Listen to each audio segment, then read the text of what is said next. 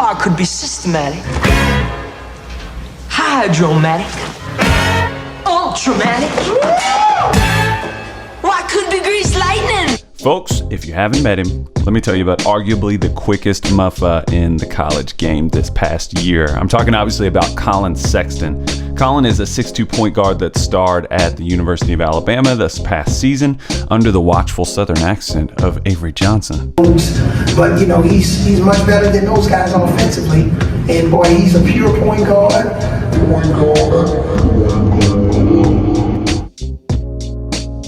Collin is a few rungs above his college coach in terms of God-given gifts, aside from his accent, obviously. Actually, I've never heard Collin's accent. It might be really great.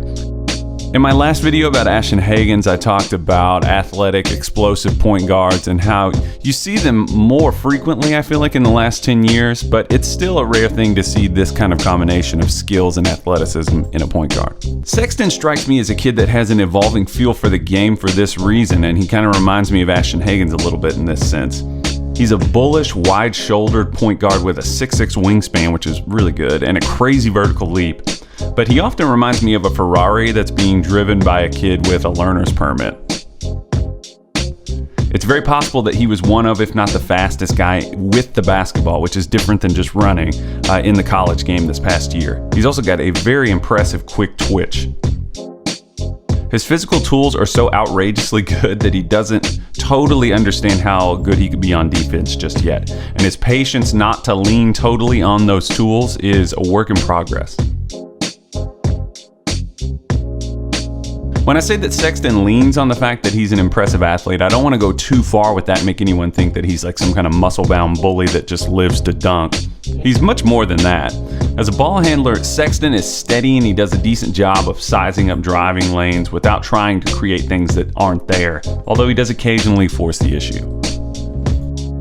That 6'6" wingspan does a whole lot to help him protect his dribble and get really low. He gets nice and low so that he can split traps or hedging pick and roll defenders, and you also don't get the sense that he's out of control in the open floor with the ball, which is good. In this way, he does summon memories of John Wall at Kentucky, where he would occasionally make 2 or 3 plays in a row where you just were staggering backwards and putting your hand on your heart like, holy shit, what did I just see? He's not as long or as big as Wall or De'Aaron Fox or even Ashton Hagans. He's a lot more of a lower to the ground point guard because I don't even think he's 6'2". He's probably like 6 feet tall. But he does have that what the hell just happened speed. Sexton's shot from deep isn't terribly fluid or consistent. He shot 34% from 3 on 4 attempts a game this past year at Alabama, which is fine, but his mechanics seem to be more of the push variety than the soft release. It's a 1-2 shot motion without much of a soft touch, and it can be a bit flat. That said, he also didn't lose sight of his strengths. He did average 19.2 points a game on 13.3 shots, which is pretty good. He loves to drag the pick and roll defender if he switches wide and then attack the split. He's really good at that. He is a pretty good right or left-hand finisher, although he does prefer his right. He's very, very savvy with acrobatic finishes. But he is getting more comfortable about taking the 3 if the defense doesn't come anxiously enough over top or underneath of a screen. He can hit that 3. On this channel, I've talked about Trae Young's ball dominance and how that took away from the flow of Oklahoma's offense at times. That was my dog. Sexton is less of a ball-dominant playmaker and more of a ball-dominant scorer. He's a capable passer, but largely looking to get to the rim or score or get fouled, and he did those 2 things really, really well this past season. He averages 8 attempts per game from the line at a 77% clip. When he gets a step downhill, he is really difficult to wrangle. He's really quick and, like I said, really low to the ground.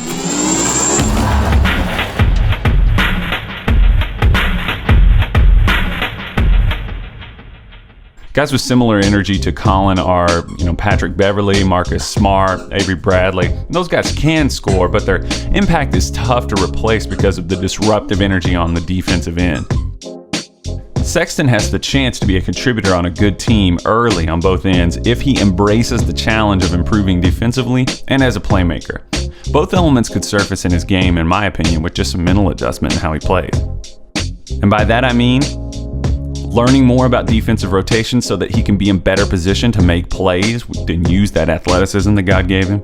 Using that fantastic motor to become an absolute pain in the ass for ball handlers, because that's something that could really make him a lot of money, I think. altering his mentality for what can my athleticism get for my teammates instead of how can my athleticism get me buckets.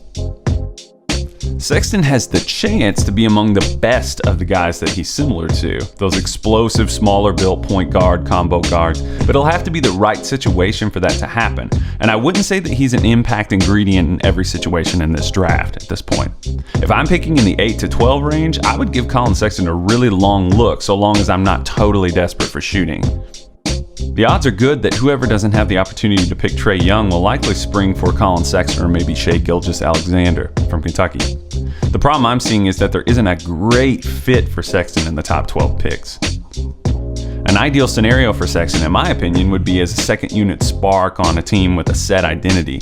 I worry about his rookie season being a little bit of a slog if he's depended on for too much of a significant offensive load. New York, Philly, Cleveland, and Chicago feel like logical options, and they'll likely be picking in that range based on the numbers. Either way, I do see Sexton having a long, productive career. Let me know if you agree.